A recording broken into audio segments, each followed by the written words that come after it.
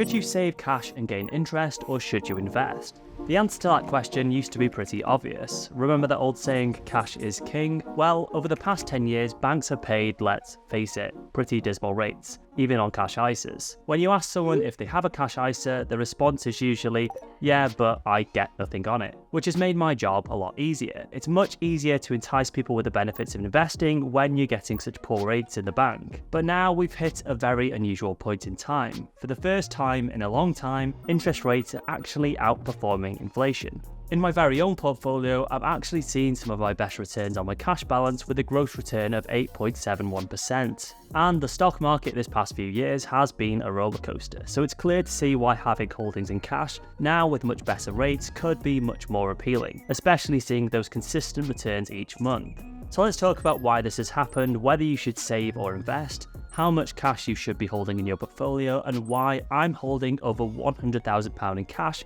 outside of the stock market. Okay, so how did we get here, and how is cash beating inflation? The most pressing reason for someone to invest, aside from the fact they want to build a big investment portfolio, is leaving cash in the bank isn't safe. This will shock a lot of people because surely the bank is the safest place to put your money. Now, by unsafe, I don't mean it's going to go anywhere. It's unsafe because it's being eroded by inflation. This chart shows the real-term effects of leaving £1,000 sat in your account over time. It depends on how high inflation is, but essentially the longer you leave it, the less your cash is worth in spending power. It's the same way if we look backwards, how £1,000 today is the equivalent of having £641 in 2008, £423 in 1990, or right back to £52 in 1960. It's the way we look back and think a house may have cost £22,800 in 1970, but in today's money, that's the equivalent of £300,000, just based on inflation. The current rate of inflation is 4.6%, and this has just recently dropped. This chart shows a change in inflation over time, but the green line shows inflation without the impact of energy prices. So as you can see, the main driver inflation coming down has been due to energy costs. But what's also having an impact on this is the bank rate. Alongside energy coming under control, the Bank of England also increased this thing called the bank rate. This is the amount of interest paid to banks. This makes things like mortgages and loans more expensive, but makes things like savings and interest more attractive as they're able to pay you more money. Enter the period we've reached now. The Bank of England still wants to get inflation under control, so it's leaving, at least for now, the bank rate at 5.25%, but with inflation at 4.6%, this gives us wiggle room. Of course, you won't get 5.25%, so it's important to find the right account that will pay you as close to this rate as possible, so you'll be beating inflation. If you're wondering where to get a competitive rate of return on your money, take a look at Plum. The app helps you save, invest, and earn interest. You can currently earn up to a 5.15% variable annual rate with Plum. The present Plum interest yield beats the rate you'll get from a traditional current account from a high street bank. That's because Plum interest follows the Bank of England's rate, so when that rate changes, yours will too. When you add money to Plum interest, you're investing into a professionally managed fund containing high quality investments, like interest generating government bonds. These short-term securities are considered some of the safest available because only robust companies and governments are selected. Your money isn't locked away when it's added to Plum interest, so you can continue using it as normal if you want to. But note, it takes 1 business day to withdraw. Rising interest rates are great for savers, but that's only if banks choose to pass it on to your account. Instead of waiting around, you could be earning a rate much closer to that of the Bank of England. All you have to do is open a Plum interest pocket. To access it, you'll need to click on Save and head over to Plum interest within the app. I'll leave a link in the description as you can get an extra £5 if you hold £100 in your account after 90 days with Plum. Terms and conditions apply. Okay, so let's get into the juicy part. Should you hold cash rather than investing? When you look at the question on the surface of it, it seems extremely obvious. If we compare just how the two have performed against inflation, the chart shows that over very short periods of time, 3 months or less, there hasn't been much difference in the likelihood of cash or shares beating inflation. But for longer periods, the gap widens massively. The likelihood of cash savings beating inflation has been about 60-40 for the majority of all timeframes. The likelihood of stock market investments beating inflation has reached 100% where investments are held for 20 years. In other words, for every 20-year timeframe in the past 96 years, equities delivered inflation-beating returns. And when we compare cash to different types of assets, it's performed the worst historically of beating inflation. So while stock market investments may be riskier in the short run, when viewed against inflation, they have offered far more certainty in the long run. But in even more stark contrast, when we compare cash rates to the S&P 500, the results are quite staggering. It's clear that over a long period of time, say 10 or 20 years, stocks are the winner. But the question is, what about over a short period of time? Because right now, cash is beating inflation, and it's at one of the best rates we've ever seen. This actually makes the decision between cash and investing much more difficult. Personally, over the years, I have become pretty hardened to risk. I'm quite happy to go through periods of the stock market not performing. This chart shows how many times the stock market has breached -10 and -20% since 1972. You have to be pretty aware to understand that it will come back. Imagine being someone who has put all of their money in cash ISAs. You bring all of your cash across and invest it in one go, and then you're lumped with a -20% year. And we also have to remember this: past performance does not dictate future results. We've had an incredible 10-year run with equities, in particular the S&P 500 tech sector,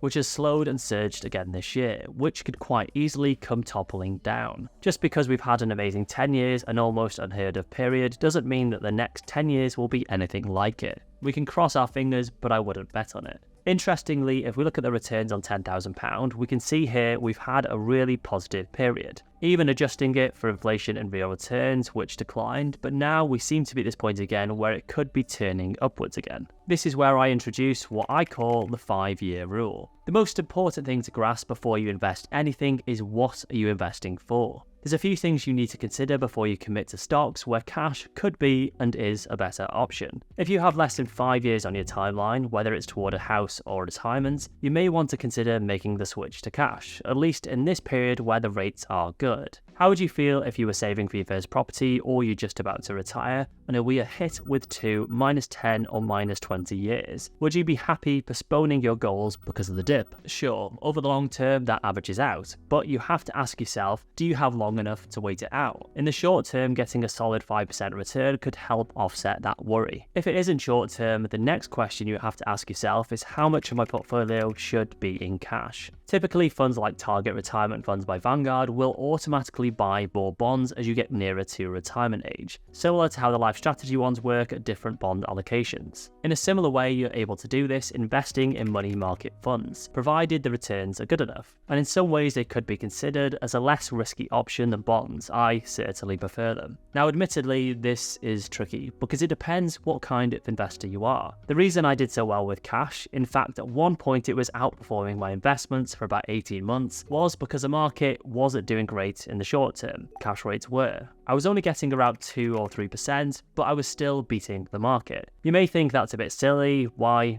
didn't I have it invested? And it was for this reason. So historically, because I've always ended up waiting until the end of the tax year to invest, I've ended up with a large lump sum of cash. And while that's good, it also causes problems, because numerous times I would fill my account with £20,000 and then want to invest it. On a good few occasions here, I would invest it and then you lump summed it in, as people like to call it. But then you've got nothing over the next 12 months to invest if it's within an ISA. So in the short term, that can go down 10%, and then you have to wait an entire 12 months before you can really do anything about it. A much better approach is to invest every month a consistent amount, be it £50, £200 or £1,000 or whatever you can afford. But the reality is, it's actually quite rare that you're just starting with £50 per month. Nice and easy if you are, but if you have, say, £10,000 already, you may not want to go all in, rather average in slowly. This goes against typical advice, as people believe that lump sum investing is statistically better, but trust me, having done it a few times and being on the wrong side of the statistic, I don't want to be in that position again. One of the most, if not the most famous investor of the world, Warren Buffett, holds a 14% cash position. If you see yourself as someone who picks stocks and likes to time the market, you would definitely want to do the same, so you've got cash available to take advantage of opportunities.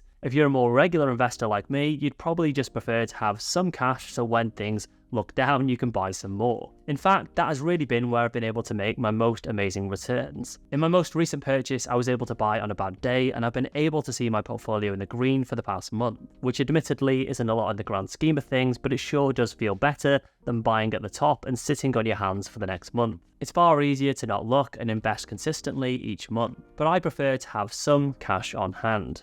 Another thing that's also not considered, let's say you want to invest every month £200. You have a rock solid plan to do this and average in, but then all of a sudden something happens IRL, in real life, like you lost your job, an unexpected emergency, or more relatable to our current situation, energy prices go up, food prices go up, fuel prices go up, yeah, pretty much everything is going up. In that scenario, if you had to pause your investing but had built up an emergency cash pile in there of $2,400, you could continue averaging into your portfolio for 12 months without having to press pause. And speaking of this, then comes this word that everybody neglects: emergency fund. In a survey where they asked people if they had unexpected costs out of the blue in the last year, 48% of 18 to 54-year-olds said they had, and 38% of 55 and over, averaging 44% of people. And while most of these costs were under £1,000, some were upwards of £5,000. This is something that I talk with people about quite a lot. People just don't have emergency funds anymore. If something was to happen, you should have at least 6 months worth of expenditure in an emergency fund. Something I've come to learn over the time I've been working for myself is even if you have a job, it doesn't make you any safer than someone who's self-employed. My biggest fear has always been that I'll have no work. But although a job does provide more safety in some respects, like unfair dismissal and proper procedures, on the flip side, you're in charge of your own destiny. It's one of the reasons I've always held so much cash and started my ISA in the first place. My ISA is essentially my emergency fund as well as my retirement. I do have funds outside of this though, which I'm holding right now and getting around 5%. So thankfully I won't have to dip into my ISA, but that fear doesn't go away, so please sort one out. And also, importantly, just before I discuss my 100k outside my investments, for the love of God, don't do this. This chart shows how much the big 9 banking firms have on their books. Yep, that bottom line is $289 billion in non-interest bearing deposits. Just think how much money they are making from that. Do yourself a favour, as I know we're all guilty of doing it. Any cash you don't need for regular bills, put in an easy access account. It really takes a few minutes to set up and will make sure you benefit from the money and not the banks. Okay, so the reason I have 100k outside of investments, well, slightly more of that outside of them now. It's pretty simple. I'm currently looking to buy a property. I have the money split into some high interest accounts while I see what happens. In the short term, of course, the market has actually done well, up around 10% compared to my 5%. But I've actually done slightly better than that because I have some money in premium bonds which are tax free. Of course, if I was to invest all of that money now, it would be in a general investment account, which would be taxed pretty heavily on the gains. I'm happy with that because I also have to remember the market could have quite as easily had a -10 or -20% year.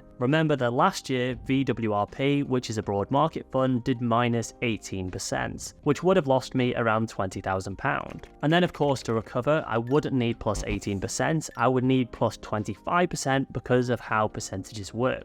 Because they aren't the same on the way back up as they are on the way down, unfortunately. You should aim for a diversified approach. It's never good to have all of your eggs in one basket. Be ready for emergencies because we never know when they will come, and please make sure that you are getting the interest and not the banks.